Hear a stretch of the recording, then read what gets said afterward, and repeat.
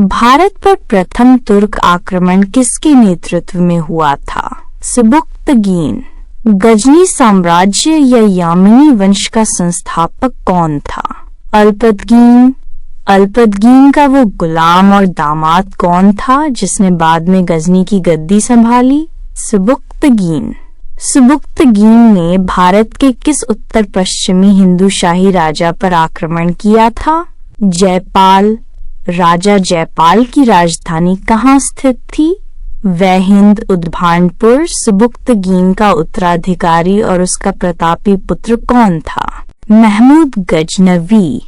महमूद गजनवी किस वर्ष गजनी के सिंहासन पर बैठा था? 998 ई। सिंहासन पर बैठते समय महमूद गजनवी की आयु कितनी थी? 30 वर्ष। महमूद गजनवी ने भारत पर कुल कितनी बार आक्रमण किया था? 17 बार।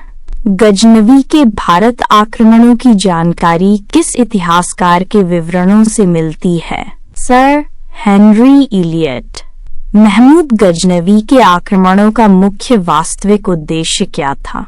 भारत की अटूट धन संपत्ति को लूटना। महमूद गजनवी ने भारत पर अपना पहला आक्रमण किस वर्ष किया था? 1000 ई।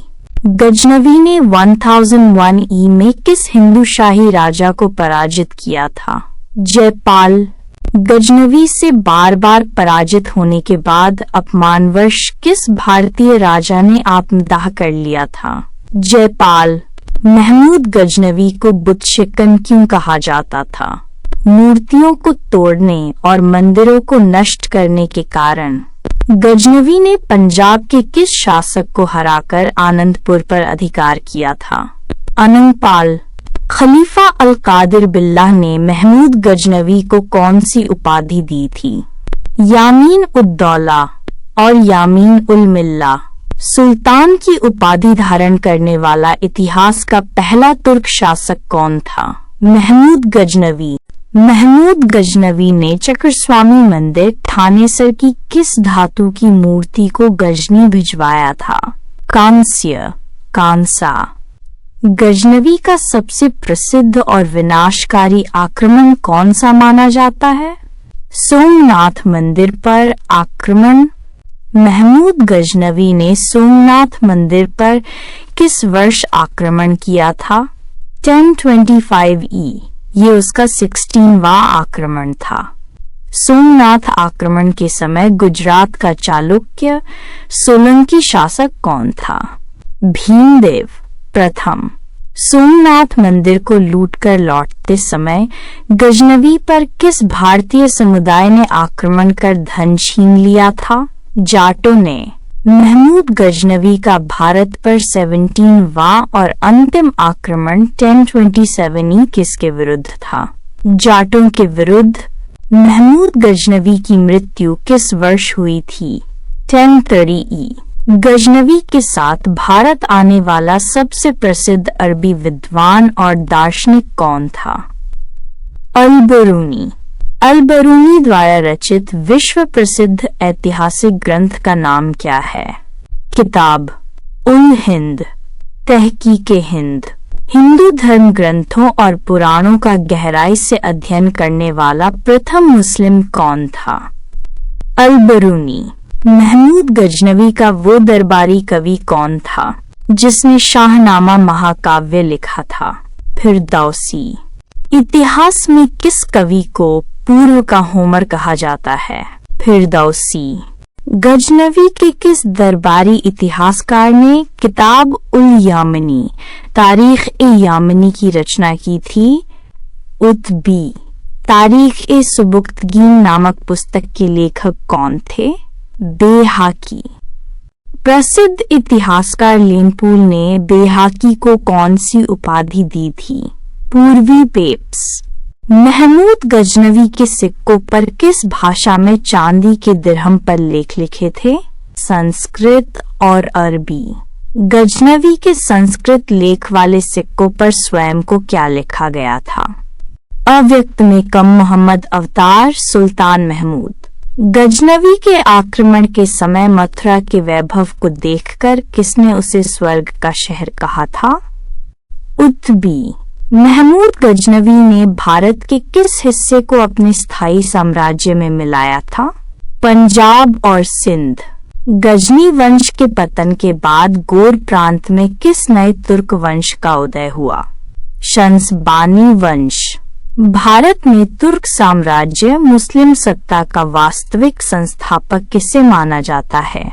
मोहम्मद गोरी। मुइजुद्दीन मोहम्मद बिन साम को इतिहास में किस लोकप्रिय नाम से जाना जाता है? मोहम्मद गोरी। मोहम्मद गोरी ने भारत पर अपना पहला आक्रमण 1175 किस नगर पर किया था? मुल्तान। भारत में मोहम्मद गोरी को पहली बार करारी शिकस्त किस शासक ने दी थी? गुजरात के मूलराज द्वितीय। भीम द्वितीय। मूलराज द्वितीय ने गोरी को 1178 में किस स्थान के युद्ध में पराजित किया था? आबू पर्वत के पास कायदरा के युद्ध में। पृथ्वीराज चौहान, पृथ्वीराज तृतीय और मोहम्मद गोरी के बीच पहला प्रसिद्ध युद्ध कौन सा था? तराइन का प्रथम युद्ध। तराइन का प्रथम युद्ध किस वर्ष लड़ा गया था? 1191 तराइन के प्रथम युद्ध में किस वीर राजपूत योद्धा की विजय हुई थी? पृथ्वीराज चौहान। तराइन का द्वितीय युद्ध किस वर्ष लड़ा गया था? 1192 तराइन के द्वितीय युद्ध में किसकी विजय हुई और भारत का इतिहास बदल गया? मोहम्मद गोरी। तराइन के द्वितीय युद्ध में पृथ्वीराज चौहान का साथ देने वाले दिल्ली के तोमर शासक कौन थे? गोविंद राज। किस युद्ध को भारत में मुस्लिम साम्राज्य की नींव का पत्थर माना जाता है? तराइन का द्वितीय युद्ध। मोहम्मद गोरी ने 1194 में चंदावर के युद्ध में किस भारतीय राजा को पराजित किया था? कन्नौज के राजा जयचंद्र को। चंदावर वर्तमान में उत्तर प्रदेश के किस जिले के पास स्थित है? फिरोजाबाद। मोहम्मद गोरी के सिक्कों पर किस हिंदू देवी की आकृति अंकित थी? देवी लक्ष्मी। गोरी के सिक्कों पर देवनागरी लिपि में क्या नाम खुदा हुआ था? श्री मोहम्मद बिन साम। बिहार और बंगाल को जीतने वाला मोहम्मद गोरी का साहसी तुर्क सेनापति कौन था? इख्तियारुद्दीन मोहम्मद बिन बख्तियार खिलजी। बख्तियार खिलजी ने किस प्राचीन और विश्व प्रसिद्ध भारतीय विश्वविद्यालय को जलाकर नष्ट कर दिया था? नालंदा विश्वविद्यालय। नालंदा के अलावा बख्तियार खिलजी ने बिहार के किस अन्य विश्वविद्यालय को नष्ट किया था? विक्रमशिला विश्वविद्यालय। बख्तियार खिलजी ने बंगाल के किस राजा की राजधानी लक्ष्मणवती नदिया पर अचानक आक्रमण किया था? लक्ष्मण सेन। प्रसिद्ध सूफी संत ख्वाजा मोइनुद्दीन चिश्ती किसके सैन्य अभियान के साथ भारत आए थे? मोहम्मद गोरी। ख्वाजा मोइनुद्दीन चिश्ती ने भारत में किस सूफी सिलसिले की स्थापना की थी? चिश्ती सिलसिला। मोहम्मद गोरी की हत्या 1206 में किस स्थान पर नमाज पढ़ते समय कर दी गई थी? दमयक नामक स्थान पर खोखर जाटों द्वारा। गोरी की कोई संतान न होने के कारण उसके भारतीय विजित प्रदेशों का उत्तराधिकारी कौन बना? कुतुबुद्दीन ऐबक। भारत में दिल्ली सल्तनत की स्थापना करने वाला पहला तुर्क शासक कौन था? कुतुबुद्दीन ऐबक। कुतुबुद्दीन ऐबक ने किस वर्ष गुलाम वंश ममलूक वंश की स्थापना की थी? 1206 ऐबक ने अपनी राजधानी कहाँ बनाई थी? लाहौर। अपनी अत्यधिक उदारता और दानशीलता के कारण कुतुबुद्दीन ऐबक को क्या कहा जाता था? लाख बख्श, लाखों का दान देने वाला। दिल्ली की प्रसिद्ध कुतुब मीनार की नींव किसने रखी थी? कुतुबुद्दीन ऐबक। कुतुब मीनार का नाम किस सूफी संत के नाम पर रखा गया था? ख्वाजा कुतुबुद्दीन बख्तियार काकी। दिल्ली में स्थित कुव्वत उल इस्लाम मस्जिद का निर्माण किसने करवाया था? कुतुबुद्दीन ऐबक। अजमेर में स्थित प्रसिद्ध 2.5 दिन का झोपड़ा मस्जिद किसने बनवाई थी? कुतुबुद्दीन ऐबक। 2.5 दिन का झोपड़ा मस्जिद पहले क्या थी जिसे ऐबक ने तुड़वा दिया था? एक संस्कृत विद्यालय, विग्रहराज चतुर्थ द्वारा निर्मित। कुतुबुद्दीन ऐबक की मृत्यु 1210 ई में कौन सा खेल खेलते समय घोड़े से गिरकर हुई थी?